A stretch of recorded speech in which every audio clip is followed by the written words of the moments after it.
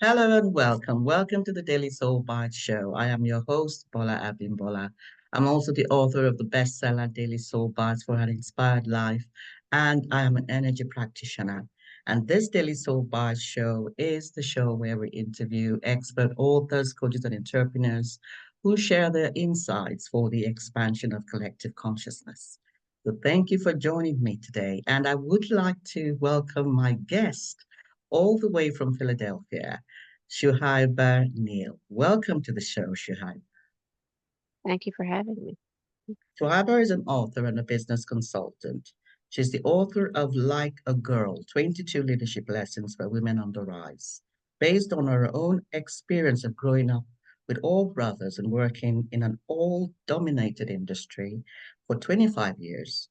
Like a Girl is a distillation of the knowledge and wisdom she gained throughout her journey into leadership.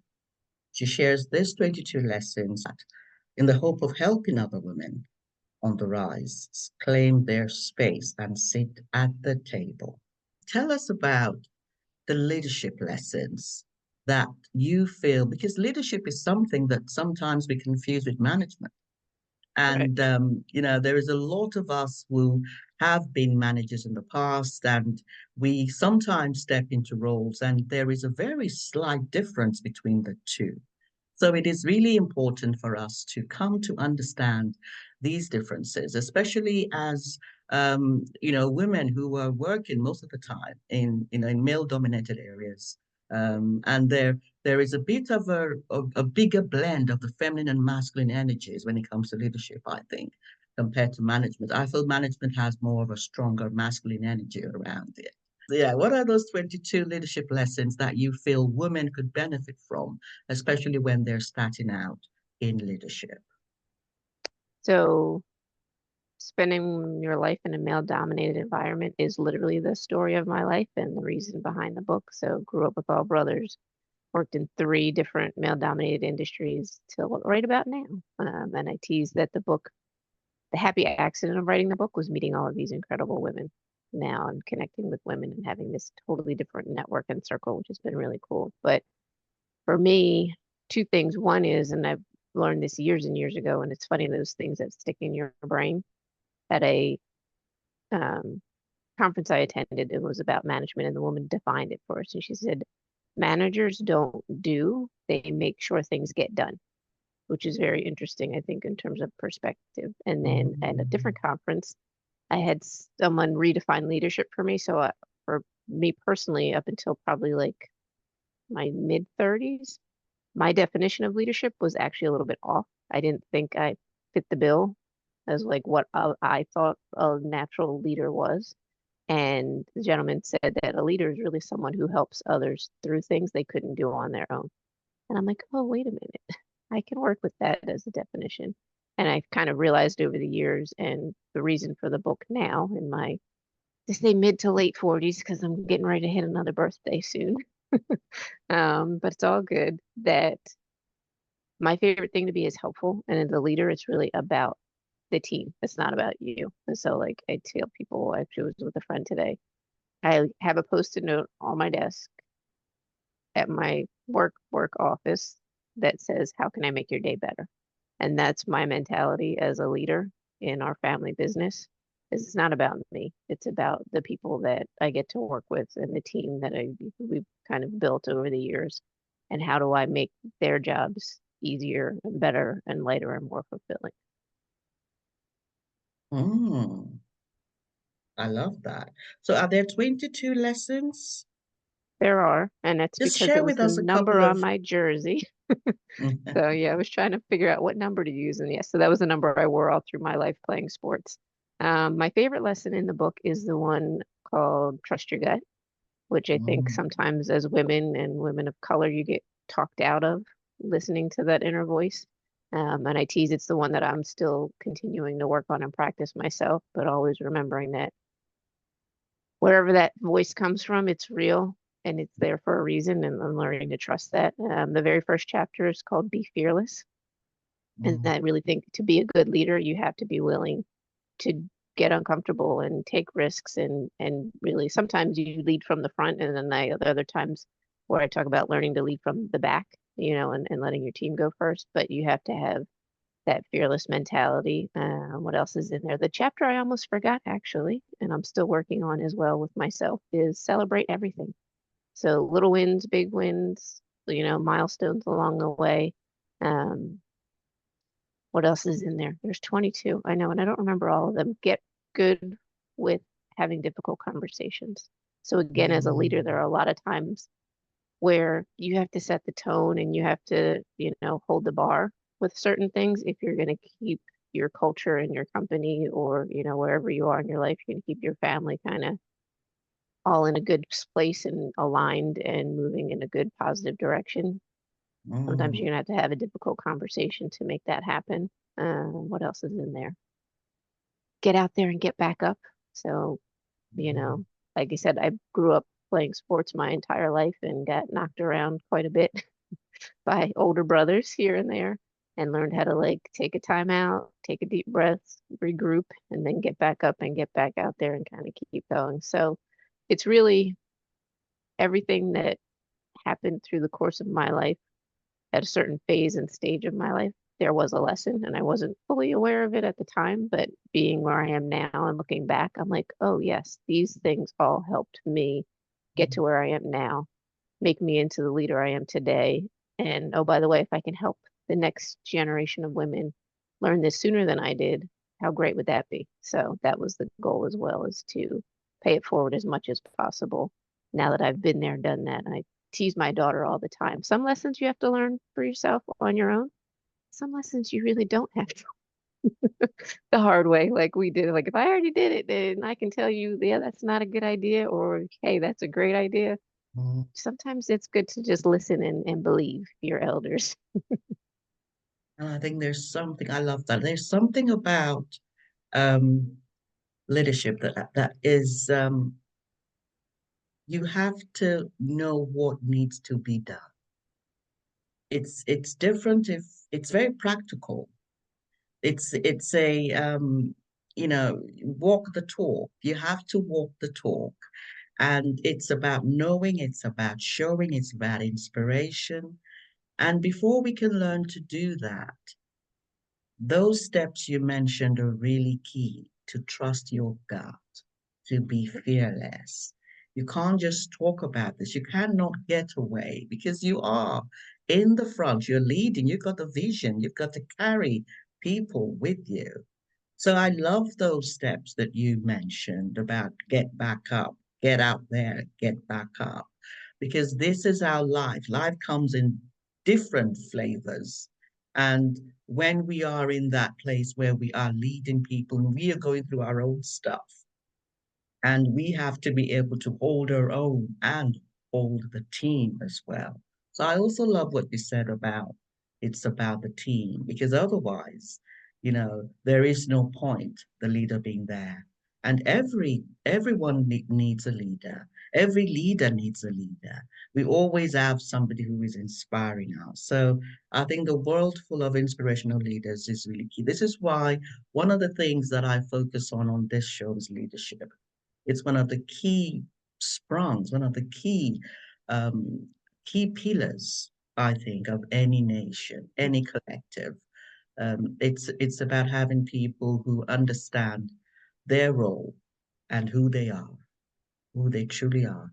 I would love to know, Shahida, how you came to focus on leadership because I heard bits about how you went through life not having learned these nuggets and now you are a master in this in your business. I'd love to hear a bit Mhm. more about your story, about how you came to this place, and some of the things that if you're willing to share, some of the things that you learned that made you, really want to help others on their way. So, and back to your other point about leadership, one of the other things I realized is that we need leaders of all different shapes and sizes and styles. So there's no one right way to lead. It's really a matter of getting authentic when who you really are. That's my goal, is like to be authentic in everything that I do. And then from there, figuring out with this team, what do they need from me? So that was kind of one of my big aha moments with finishing the first draft of the book was that we need leaders in all different shapes and sizes and styles in all of these different industries to really balance everything out. And for me, joining family business, having two older brothers already in the business, my dad started the company. Like I said, it was male dominated, so we're in residential painting. And it's shifting now, which is nice. So there's actually a group for women in paint at our national association, which was really cool. And I got to speak there the week that my book came out, which was a really like full circle moment to go from being the only woman in the room full of men for all of these years to being in a room of just women in the painting industry. But for me, I knew at a certain point that I was going to be asked to lead in the family business. And what became really important to me was figuring out what that was going to look like for me and not what does my dad want me to, how does my dad want me to lead? What does it look like to him with the brothers? How does that look to them? It's like, no, it has to be authentic to me. So it really kind of took a full year. I took all the assessments.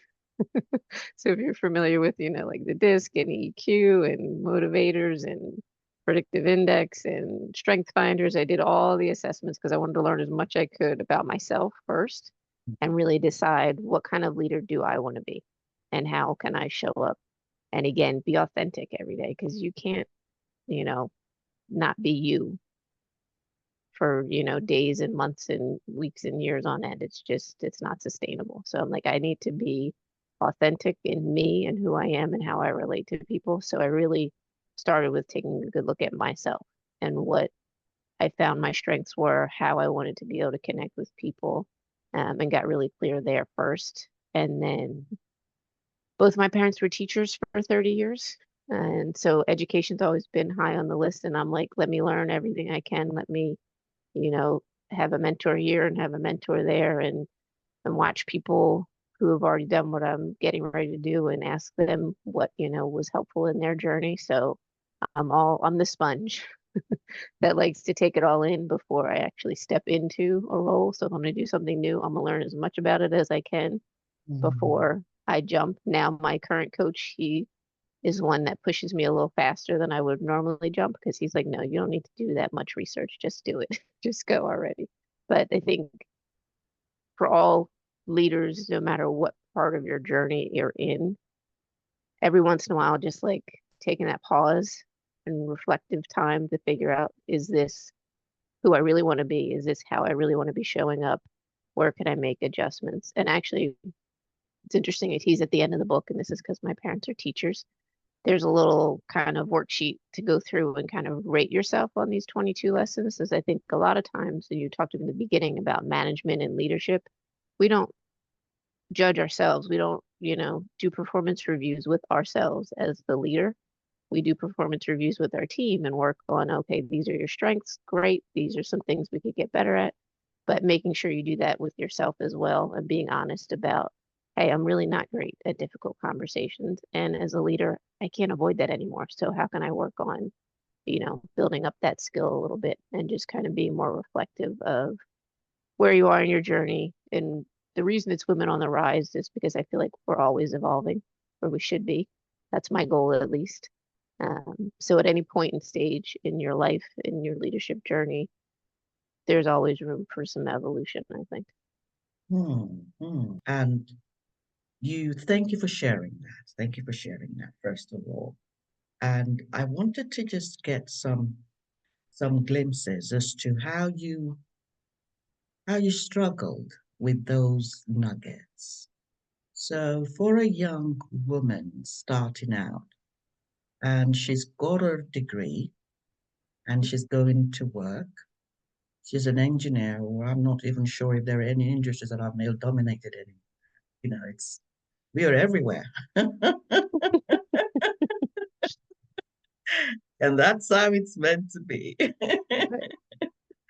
um, but there are still some industries that are much more male dominated than others.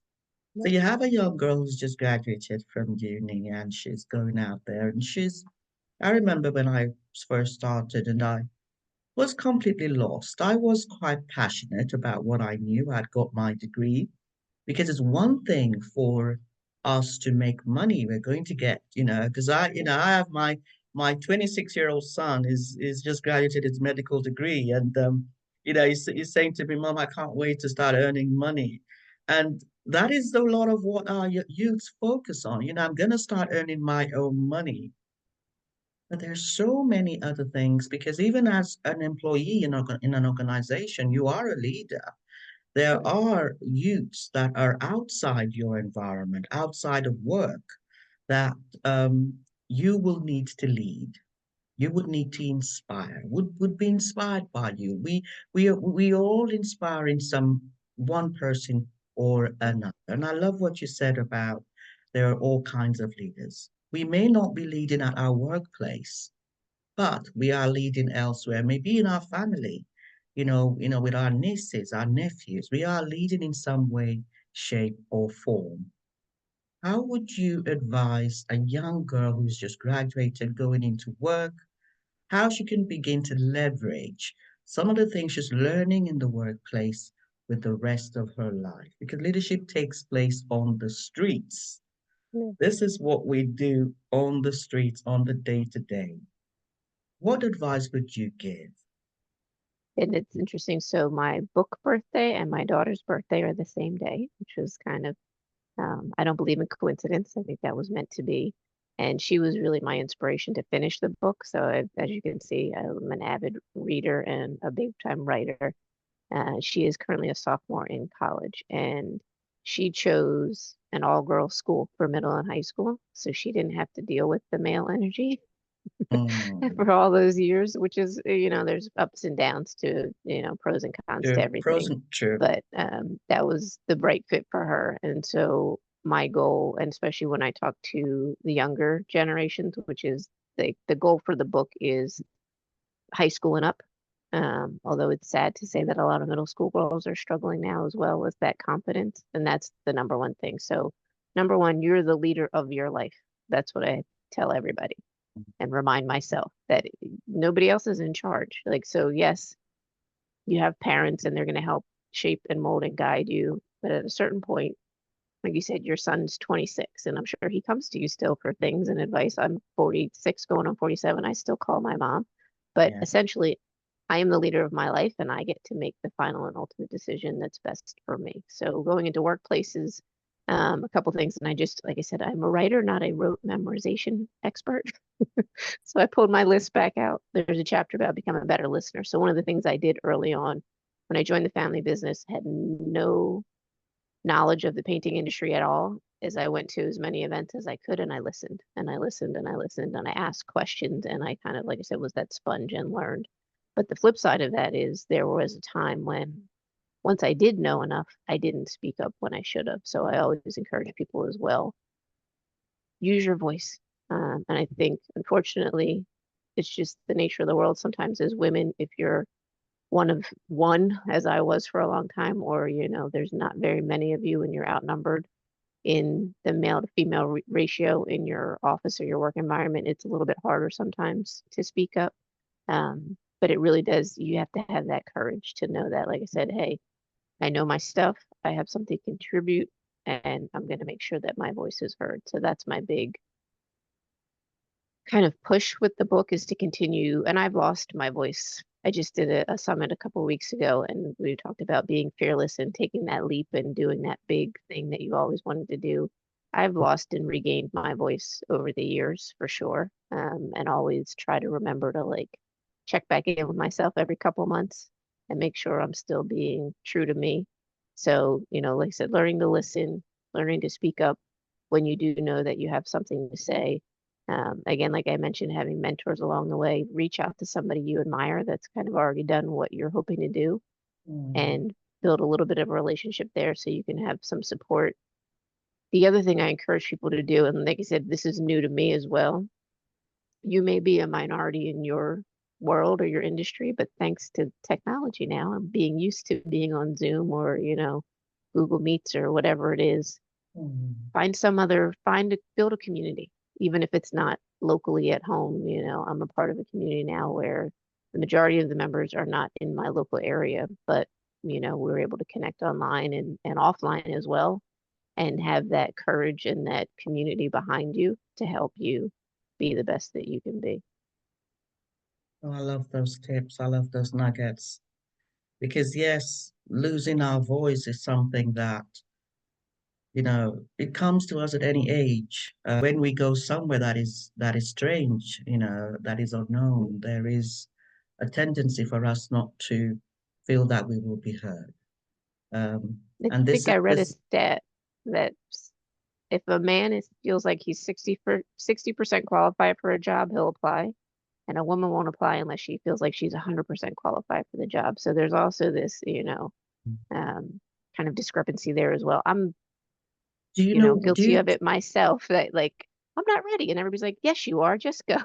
So having, like I said, that community around you to help and to push you in a good way and give you that courage to really kind of, Mm, like I said, put yourself out there. And it's interesting. One of the chapters is getting over your fear of public speaking. I did not like being on stage at all and was kind of put into a role way earlier than I would have signed up for in the national organization that we were a part of because mm, someone else saw something in me, potential in me. And they said, no, you're ready and we need you and we're going to do this now. And looking back, that was probably my mid 30s, now I'm in my mid 40s. That was preparation for now. And had I not done it then in that small group with people that, respected me and that I respected as well and learned how to find my footing and lead. Actually, that team, I was probably the youngest and I was, we all kind of took a turn. I had 2 years as president of the organization, so I'm in charge, and mm, having that opportunity to do that with a supportive group of people and with a respectful environment really helped pave the way and build that confidence that yes, I can do this and I can replicate it. Oh, and if the next group is a little more challenging, now I've got, a little bit of, my feet under me. So I'm not mm, totally green around the gills and I can hold my own and kind of work through this as well. So mm. I think sometimes or I know I've done this as a woman in male spaces, male dominated spaces, discredited myself. And so if someone else sees something in you and, believe them and, follow that path. Now, this is an interesting topic because just as there are all types of men, there are all types of women. And there are all types of boys and all types of girls. There will be some girls who have more masculine energy within them. They're very dominant and very confident already. And then there will be some girls who are not as dominant. They're more laid back. They would rather follow. And leadership for some of us will be much more challenging than others. I think I love what you said about authenticity because you can be a leader and be somebody who is not loud or who is not too abrasive or too assertive. You would lead in your own way by inspiring others as to what to do, just by how you do it, how you shine. When you shine, you would inspire others to shine. And if you're the person who has more feminine energies, I think that happens, where you were just doing your own thing and others would see you and be inspired by that. And if you're the one who is a lot more assertive, a lot more go-getter, a stronger masculine energy around you, you're probably just getting on as well, doing exactly shining in how you know how. And others would see that and be inspired by you. And I think the key thing here is to be yourself, to understand the different aspects of us, um, and just accept it. However, because I know when I started out, I was wanting to be a lot more concerned about other people than I was naturally inclined to. I was always in front anyway, but I was a stutterer and I didn't have a lot of confidence talking. So I was a doer. I would just get on and do. And I didn't communicate and interact with others as much. And leadership for me has been about communication, about learning to understand what the message is and how I communicate it. And this is really who I am. And somebody else may be able to communicate and talk, that they may not be able to do things in another way. So we're all different, and there is no need to compare. I always say comparison, with others is futile, completely useless, because we are creating the reality that we are in any case. So I love what you said about authenticity, and now this is about who we are, understanding ourselves, understanding what we need to learn, and understanding what it is we can shine on, what we're good at, what we're really good at, because we can lead when we understand what we're good at and we become masters at it and we shine at it, whatever it is, it could be anything. That is when I really think we stand out and we inspire others. That's the difference between leadership and management, I think. Leadership is really about doing the best you can and shining at it. So I love those nuggets. How do you work with your clients, Shuhaiba? How do you support them in your courses or rehab or programs? So for women in leadership, I have one course that's live right now. And again, it's called What's in Your Bag. I tease, I like to connect things that are like not necessarily in the mainstream. So I love a good purse. And A good so what's in your, purse.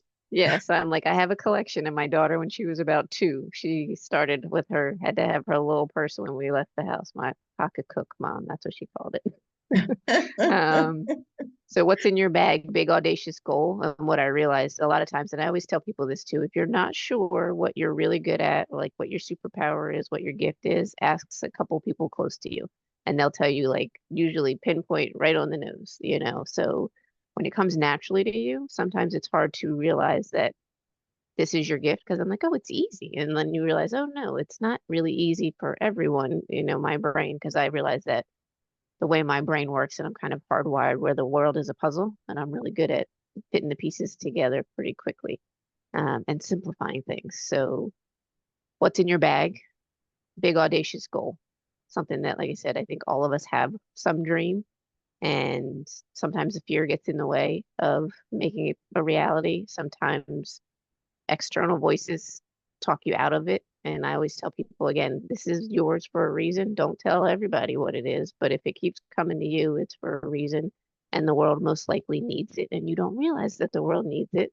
So the course is to help you get an Mm, action plan, build some consistency, create some accountability, and get to that finish line. So again, for me, with the book, my first goal was to just finish it. And like I said, it was really a gift to my daughter. And, once I wrote it and finished it and had some pre-readers and then told people what I was doing, I didn't realize how much of an issue this is right now, still in, 2024, which is sad to say. But again, my goal is if I can help one person, that's great. And, one reader at a time is how I was taught how to write. You write for one reader and then hopefully, it becomes 100 and it becomes 1,000 and the numbers expand from there. But the goal is really to, like we said in the beginning, empower, especially young women. But I tease the book is written for men as well. All of the lessons apply except for the lesson on women's intuition. That's not a they they can raise their level of awareness, but women's intuition is real. And I always tell people don't let somebody tell you otherwise. But just again, like I said, having that awareness, having the courage to stand in your own space and be authentic in who you are. And all of the great teams I've witnessed in all of my years in all of the different industries, the leader was smart enough to hire people to fill in their gaps. So, like you said earlier, we all have these strengths and things that we know we're really good at. And conversely, we have some things that just not our favorite. We're just not great at them. If you hire your team to fill in all those gaps and let everybody shine, then everybody wins. And so you have to be really careful, I think, of looking at someone else's journey and comparing it to your own, because number one, you're not seeing the whole thing. And number two, their journey is very different than yours. And what's meant for you is meant for you. And following that authentic inner voice and being true to you and what feels correct for you is really important for me as well, to just encourage people to honor that, you know. And it can be tricky depending on the family and, your birth order and what's expected of you, but having the courage to decide what's best for you and then Mm. ask those in your life to support you in that is also kind of one of the goals. So if you're a woman in leadership and you want some help, I'm happy to help on that front. And then if you are, for some reason, potentially a contractor in, painting, wallpaper, fence, I've worked with a bunch of pond guys, so I have a whole systems and processes kind of that's my sweet spot and superpower. So I have Mm. a consulting business built around adding systems and processes to those service-based businesses to make them run more smoothly and more effectively. And um, just as a leader, if you own a business, it can get overwhelming. Oh yeah. So that was my goal, is to be as helpful as I could in what I did for our business. And again, it wasn't part of my plan, but I did it for our business. And then within my network of friends within my association, they're like, you need to share that with the rest of the world. So it is out there and available now for Mm. those that need some help with kind of streamlining things to make life a little bit more manageable. And do you do the consultant face to face or you can do it online? On both. So it's either one-on-one, small group. You can do it on demand and walk yourself through it, and then we'll check in when you're done. Mm. Being on Zoom if necessary. I'm actually doing some training myself right now with a colleague that's in St. Louis, and so we're on Zoom once a week, for an hour, and otherwise that wouldn't have been possible. So if you're local, yes, we can work together in person. If you're not, I think everybody's really used to being online and um, realizing the benefit of these connections, even though, so it's kind of physical, but not really. I can see and hear you, but we're not in the same room. It's not quite the same as, looking at a screen and not having an interaction. So And this is for those who have residential painting businesses or any anything in paint the kind of the construction space. So, construction. Okay. yeah. So if you're a general contractor, like I said, anything within that world of contracting and things that happen in your house, Mm. electrical, plumbing, whatever it may be. I found when I started, actually, I focused on painting because that's what I knew. And then I realized, contracting in general, the foundation of all those businesses is pretty similar. Mm. So it works well for anyone in that space. Again, that was me having to branch out. What I've found, and it's interesting because now I kind of have two things going on with the book coming out and being a little bit of a different focus. But what I found in the leadership space for a business owner, what your team really wants from you is clarity, and they want Mm. some structure, and they want some security. So having these systems in place that everybody can work off of, Mm. I call it the singular operating system. It really Mm. helps everyone feel like, we can, we're not stressed all day, every day. Did I do that right? Did I miss a step? So as a leader, I think, again, getting clear about who you are and how you want to lead and what your why is. And Mm. then how, again, back to my post-it note, how can I make your day better? How can I Mm. make this easier, better, Yeah. more Oh yeah. fulfilling for my team?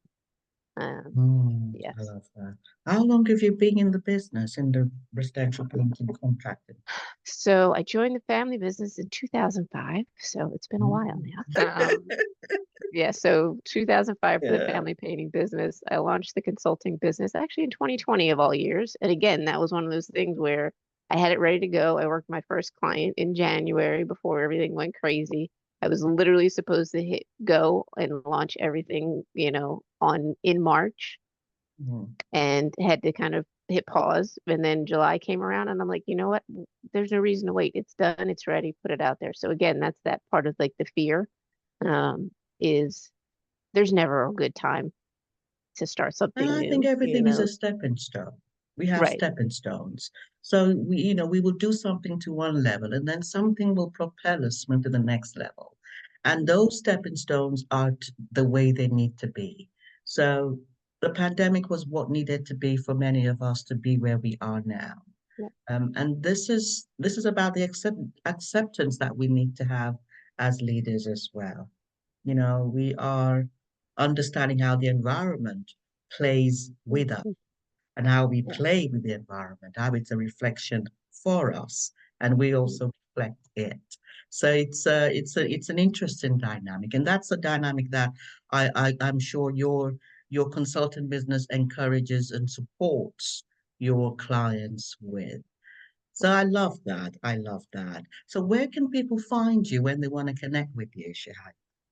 So I'm on all the social media channels. So LinkedIn, Instagram, Facebook. You can find LinkedIn, it's just Suhaiba Neill, and all the pages are combined on Facebook and Instagram. I have personal pages and then I have business pages, which is the Full Circle Business is the name of my company, and it's really designed around a circle where you're delivering an exceptional customer experience thanks to having systems behind the scenes, um, which is where the name came from. So the fullcirclebusiness.net is my website. And if you're there as well and you're interested in the leadership aspect of things, there is in the nav bar a page called Like a Girl, which goes with the book.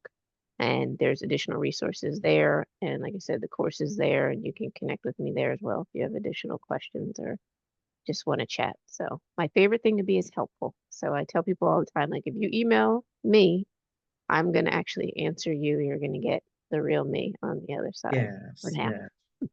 And I get So that sense. I get that sense of the clarity that you bring and the way you really will help others to become clearer about what their goals are and about pulling others along. That sense of teamwork is really strong energy about you. So I love that. Um, and what else was I going to ask? The title of your book again. Do you have a copy of it there to I show us? do. Is it gonna?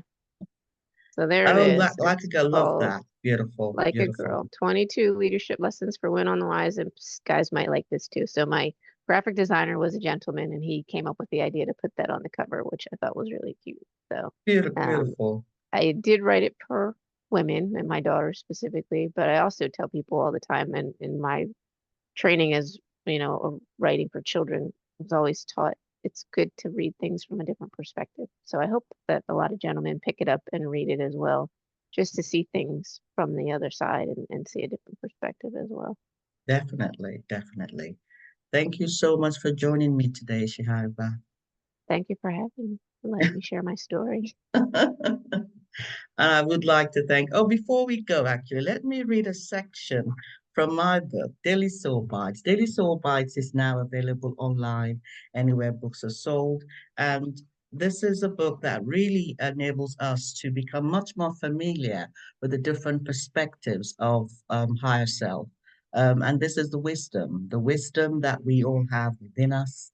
And this section I'm going to read is repetition. Children crave repetition, wanting the same stories over and over. As adults, we get irritated if we have to do something again and again. We usually avoid repetitions. We do not like to repeat ourselves. This is awkward because repetitions, the same thing over and over, is how we learn. It is in the repeated reading, listening, practice, and reflection that anything sticks in our minds. It is how we learn. Be gentle with yourself as you go through the intentional practice of acquiring new skills, habits to amplify your experience in a new area. So that's a section, the repetition soul bite from my book, Daily Soul Bites. And really, this is about me sharing 31 nuggets. I wrote this book in 2020. And this is what I meant when I said each the pandemic brought something for each and every person. I was indoors and I channeled these nuggets. And it's different insights about 31 topics that really enable us to align to the higher perspectives for a new way of being, which I'm very passionate about at the moment. So again, I want to thank Shahaba for joining me, and audience for joining us, and I look forward to seeing you again on the next episode of the Daily Soul Bites Show. Bye bye.